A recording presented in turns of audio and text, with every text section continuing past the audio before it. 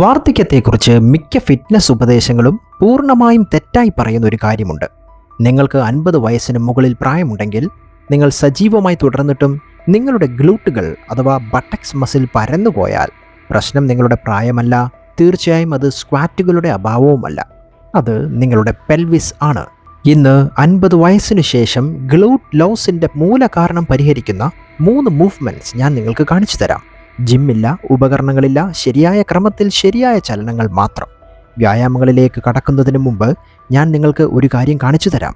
ഒരു നിമിഷം എഴുന്നേറ്റ് നിന്ന് നിങ്ങളുടെ തള്ളവിരലുകൾ നിങ്ങളുടെ ഇടുപ്പിൻ്റെ 2 വശത്തുമുള്ള ബോണി പീക്സിൽ വയ്ക്കുക. കണ്ണാടിയിൽ എന്നിട്ട് നോക്കുക. ഒരു തള്ളവിരൽ മറ്റേതിനേക്കാൾ ഉയരത്തിലാണോ? നിങ്ങളുടെ ഇടുപ്പിൻ്റെ ഒരു വശം പരന്നതോ കൂടുതൽ പൊള്ളയായതോ ആയി തോന്നുന്നുണ്ടോ? അങ്ങനെയാണെങ്കിൽ നിങ്ങളുടെ പെൽവിസ് ഇതിനകം തന്നെ സന്തുലിത അവസ്ഥയിലല്ല. നിങ്ങൾ പരിശീലിക്കുമ്പോഴെല്ലാം ആ അസന്തുലിത അവസ്ഥ നിങ്ങളുടെ ഗ്ലൂട്ടുകളെ നിശബ്ദമാക്കുകയാണ്. നിങ്ങളുടെ തലച്ചോറിന് ആ പേശികളിലേക്കുള്ള സിഗ്നൽ അക്ഷരാർത്ഥത്തിൽ നഷ്ടപ്പെട്ടിരിക്കുന്നു. അത് പ്രധാനമാകുന്നതിൻ്റെ കാരണം ഇതാണ്. നിങ്ങളുടെ പെൽവിസ് നിങ്ങളുടെ മുഴുവൻ ലോവർ ബോഡിയുടെയും ഘടനാപരമായ അടിത്തറയാണ്. അത് ശരിയായി സന്തുലിതമാകുമ്പോൾ നിങ്ങളുടെ ഗ്ലൂട്ടുകൾക്ക്, പ്രത്യേകിച്ച് നിങ്ങളുടെ ഗ്ലൂട്ടിയസ് മീഡിയസിന് ഫലപ്രദമായി പ്രവർത്തിക്കാനും പരിശീലനത്തോട് പ്രതികരിക്കാനും കഴിയും. എന്നാൽ 50 വർഷത്തിനു ശേഷം വർഷങ്ങളായി ഇരിക്കുന്നതും കുറഞ്ഞ ചലനവും പെൽവിസിനെ ടിൽറ്റ് ചെയ്യാനോ റൊട്ടേറ്റ് ചെയ്യാനോ ഇടയാക്കും. നിങ്ങളുടെ ഗ്ലൂട്ടുകൾ ശരിയായി റിക്രൂട്ട് ചെയ്യുന്നത് നിർത്തുന്നു. കാലക്രമേണ അവ ദുർബലമാവുകയും പരന്നതും ചലനത്തിൽ നിന്ന് പൂർണ്ണമായും വിച്ഛേദിക്കപ്പെടുകയും ചെയ്യുന്നു. മിക്ക ആളുകളും ശ്രദ്ധിക്കാതെ പോകുന്ന ഒരു ഭാഗം ഇതാണ്. സ്ക്വാറ്റുകൾ പ്രവർത്തിക്കുന്നില്ല എന്ന് ഞാൻ പറയില്ല. 50 വയസ്സിന് മുകളിലുള്ള പലർക്കും ഏറ്റവും പ്രധാനപ്പെട്ട പേശികളെ ലക്ഷ്യം വയ്ക്കുന്നത് നിർത്തുന്നു എന്നതാണ് വസ്തുത. അതിനാൽ ഇനി പറയാൻ പോകുന്ന 3 വ്യായാമങ്ങൾ നിങ്ങളുടെ ബട്ടക്സ് മസിലിനെ ബലപ്പെടുത്തുന്നതാണ്. ആദ്യമേ തന്നെ ഈ വീഡിയോ ലൈക്ക് ചെയ്ത് ഞങ്ങളുടെ ചാനൽ സബ്സ്ക്രൈബ് ചെയ്യുന്നത് ഉറപ്പാക്കുമല്ലോ. എക്സസൈസ് നമ്പർ 1, വാൾ ഹിഞ്ച് വിത്ത് ലാറ്ററൽ ഷിഫ്റ്റ്. ഒരു ഭിത്തിക്ക് മുന്നിൽ 6 മുതൽ 8 ഇഞ്ച് വരെ അകലത്തിൽ നിൽക്കുക. ഭിത്തിക്ക് തിരിഞ്ഞു നിൽക്കുക. നിങ്ങളുടെ പാദങ്ങൾ തോളിൻ്റെ വീതിയിൽ അകറ്റി നിർത്തുക. ഇടുപ്പിൻ്റെ പിൻഭാഗം തുറക്കാൻ നിങ്ങളുടെ കാൽവിരലുകൾ വളരെ ചെറുതായി അകത്തേക്ക് തിരിക്കുക. നിങ്ങളുടെ കൈകൾ ഇടുപ്പിൽ സൗമ്യമായി വിശ്രമിക്കുക. ഇടുപ്പിൽ വളച്ച് ഗ്ലൂട്ടുകൾ ഭിത്തിയിൽ ചെറുതായി തട്ടുന്നതുവരെ പിന്നിലേക്ക് തള്ളുക. നിങ്ങളുടെ ശരീരം അല്പം മുന്നോട്ട് ചാഞ്ഞിരിക്കണം. നിങ്ങളുടെ നട്ടെല്ല് മുഴുവൻ നീളത്തിലും നേരെയും നിലനിർത്തുക. ഇവിടെ നിന്ന് നിങ്ങളുടെ ഇടുപ്പ് ഇടത്തേക്ക് മാറ്റുക. ആക്കം വേണ്ട, തിരക്ക് കൂട്ടരുത്. നിങ്ങളുടെ വലതുവശത്തെ ഗ്ലൂട്ട് ഇടപഴകാൻ തുടങ്ങുന്നത് അനുഭവിക്കാൻ കഴിയും. സെൻറ്ററിലേക്ക് മടങ്ങുക. വലത്തേക്ക് മാറുക. ഇടതുവശം സജീവമാകുന്നതായി അനുഭവിക്കുക. സെൻറ്ററിലേക്ക് വീണ്ടും മടങ്ങുക. പിന്നെ തിരികെ എഴുന്നേൽക്കുക. അത് ഒരു റെപ്പറ്റീഷനാണ്. ഓരോ ഷിഫ്റ്റിലും പൂർണ്ണ നിയന്ത്രണത്തോടെ 8 മുതൽ 10 വരെ റെപ്പറ്റീഷൻസ് ചെയ്യുക. ആകെ 2 സെറ്റുകൾ ചെയ്യുക. ബാലൻസ് ഒരു പ്രശ്നമാണെങ്കിൽ നിങ്ങളുടെ മുന്നിലുള്ള ഒരു കസേരയിൽ നിങ്ങളുടെ വിരൽത്തുമ്പുകൾ ലഘുവായി വയ്ക്കുക. ഇനി ഒഴിവാക്കേണ്ട ഒരു സാധാരണ തെറ്റ് പറഞ്ഞു തരാം. നിങ്ങളുടെ മൂക്ക് ഒരു വശത്ത് നിന്ന് മറ്റൊരു വശത്തേക്ക് നീങ്ങുകയാണെങ്കിൽ നിങ്ങൾക്ക് ലക്ഷ്യം പൂർണ്ണമായും നഷ്ടമാകുകയാണ്. നിങ്ങളുടെ അപ്പർ ബോഡി പൂർണ്ണമായും നിശ്ചലമായി നിർത്തണം. പെൽവിസ് മാത്രം ജോലി ചെയ്യാൻ അനുവദിക്കുക. നിങ്ങൾ ഏത് ഇടുപ്പിൽ നിന്ന് മാറുന്നോ അതിൻ്റെ പുറം ഭാഗത്ത് സൂക്ഷ്മവും എന്നാൽ വ്യക്തവുമായ ഒരു ഇടപെടൽ അനുഭവപ്പെടണം. നിങ്ങളുടെ ലോവർ ബാക്കിലല്ല അനുഭവപ്പെടേണ്ടത്, നിങ്ങളുടെ തുടകളിലുമല്ല. Outer hip. നിങ്ങൾക്കത് അവിടെ അനുഭവപ്പെടുകയാണെങ്കിൽ നിങ്ങളത് ശരിയായി ചെയ്യുന്നു എന്ന് ഉറപ്പിക്കാം. എക്സസൈസ് നമ്പർ 2, വാൾ ഫേസിംഗ് സ്ക്വാറ്റ് വിത്ത് കാഫ് റേസ്. ഏകദേശം 6 മുതൽ 8 ഇഞ്ച് അകലെ ഒരു ഭിത്തിക്ക് അഭിമുഖമായി നിൽക്കണം. നിങ്ങളുടെ പാദങ്ങൾ ഇടുപ്പിൻ്റെ വീതിയേക്കാൾ അല്പം വീതിയിൽ വയ്ക്കുക. നിങ്ങളുടെ കാൽവിരലുകൾ ഏകദേശം 10 മുതൽ 15 ഡിഗ്രി വരെ ആംഗിളിൽ വയ്ക്കണം. 2 കൈകളും തോളിൻ്റെ ഉയരത്തിൽ ചുമരിൽ ലഘുവായി വയ്ക്കുക. നിയന്ത്രണത്തോടെ ഒരു സ്ക്വാറ്റിലേക്ക് താഴ്ത്തുക. നിങ്ങളുടെ നെഞ്ച് ഉയരത്തിൽ തന്നെ വയ്ക്കുക. തുടയിൽ ഏകദേശം 45 മുതൽ 60 ഡിഗ്രി വരെ ആംഗിളിൽ ലക്ഷ്യം വെക്കണം. അടിയിൽ ആഴം നിർബന്ധിക്കരുത്. ബോധപൂർവം നിയന്ത്രണത്തോടെ നിങ്ങളുടെ കാൽവിരലുകളിൽ എഴുന്നേൽക്കുക.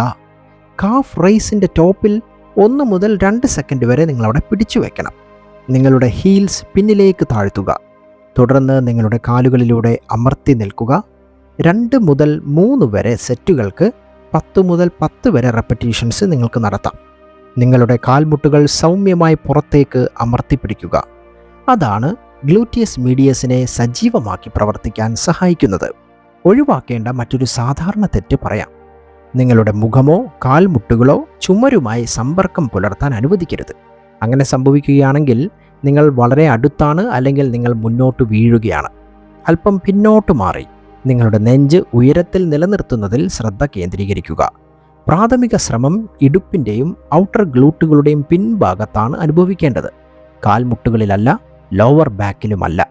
നിങ്ങളുടെ കാൽമുട്ടുകളിൽ അത് അനുഭവപ്പെടുന്നുണ്ടെങ്കിൽ നിങ്ങളുടെ ഭാരം വളരെ മുന്നോട്ടാണ്.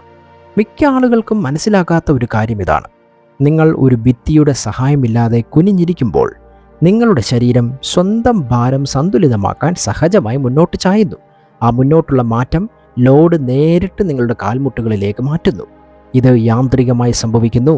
മിക്ക ആളുകളും അത് സംഭവിക്കുന്നത് ഒരിക്കലും ശ്രദ്ധിക്കുന്നില്ല. ആ മുന്നോട്ടുള്ള തകർച്ച തടയുന്ന ഒരു ഭൗതിക അതിർത്തിയായാണ് ഈ ഭിത്തി പ്രവർത്തിക്കുന്നത്.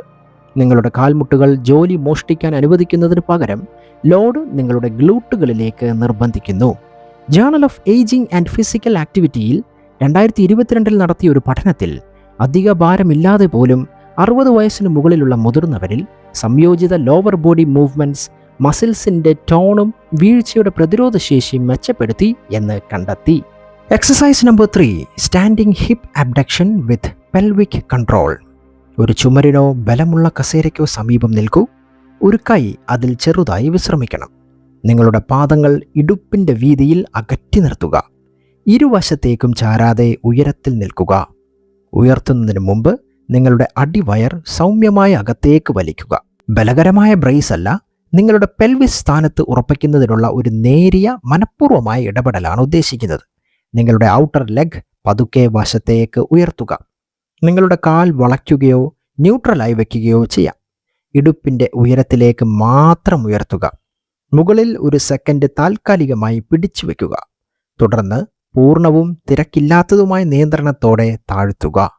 ലിഫ്റ്റിൻ്റെ അത്രയും തന്നെ മൂല്യം ഇറക്കത്തിനുമുണ്ട് എന്നോർക്കണം.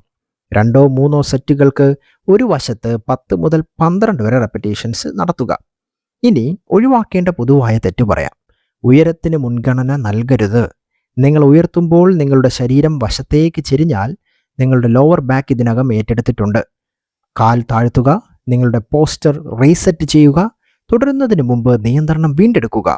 ഔട്ടർ ഹിപ്പിൽ നിങ്ങൾക്ക് വ്യക്തവും കേന്ദ്രീകൃതവുമായ ഒരു ശ്രമം അനുഭവപ്പെടണം. ജേണൽ ഓഫ് ഹ്യൂമൻ കൈനറ്റിക്സിലെ 2020 ഒരു പ്രബന്ധം സ്റ്റാൻഡിംഗ് ഹിപ്പ് അബ്ഡക്ഷൻ കോമ്പൗണ്ട് ചലനങ്ങളെക്കാൾ ഗണ്യമായി ഉയർന്ന ഗ്ലൂറ്റിയസ് മീഡിയസ് ആക്ടിവേഷൻ ഉണ്ടാക്കുന്നു എന്ന് കണ്ടെത്തിയിട്ടുണ്ട്. ഈ 3 മൂവ്മെൻറ്റ്സും ഒരു സിസ്റ്റമായി പ്രവർത്തിക്കുന്നു. ആദ്യത്തേത് പെൽവിക് ബാലൻസ് പുനഃസ്ഥാപിക്കുകയും തലച്ചോറും പേശികളും തമ്മിലുള്ള സിഗ്നൽ പുനർനിർമ്മിക്കുകയും ചെയ്യുന്നു. രണ്ടാമത്തേത് ശരീരം ശരിയായി വിന്യസിച്ചുകൊണ്ട് ഫങ്ഷണൽ ഗ്ലൂട്ട് സ്ട്രെങ്ത് സൃഷ്ടിക്കുന്നു. മൂന്നാമത്തേത് ഷേപ്പിന് ഏറ്റവും ഉത്തരവാദിയായ നിർദ്ദിഷ്ട പേശിയെ ലക്ഷ്യമിടുന്നു. ആഴ്ചയിൽ 2-3 സെഷനുകൾ സ്ഥിരമായി ചെയ്യുക. നിങ്ങൾ നിങ്ങളുടെ ഗ്ലൂട്ടുകളെ പരിശീലിപ്പിക്കുക മാത്രമല്ല ചെയ്യുന്നത്, അടുത്ത 2 പതിറ്റാണ്ടുകളായി നിങ്ങൾ സ്ട്രക്ചറൽ ഇൻറ്റഗ്രിറ്റി കെട്ടിപ്പടുക്കുകയാണ്. കുറച്ചു കാലമായി നിങ്ങൾ നിരാശനായിരിക്കുന്ന ഒരു കാര്യത്തെക്കുറിച്ച് ഇത് നിങ്ങൾക്ക് വ്യക്തത നൽകിയെങ്കിൽ അതേ കാര്യം കൈകാര്യം ചെയ്യുന്ന ഒരാളുമായി ഈ വീഡിയോ ഇപ്പോൾ തന്നെ ഷെയർ ചെയ്യുകയും താഴെ ഒരു കമൻ്റ് ഇടുകയും ചെയ്യുമല്ലോ.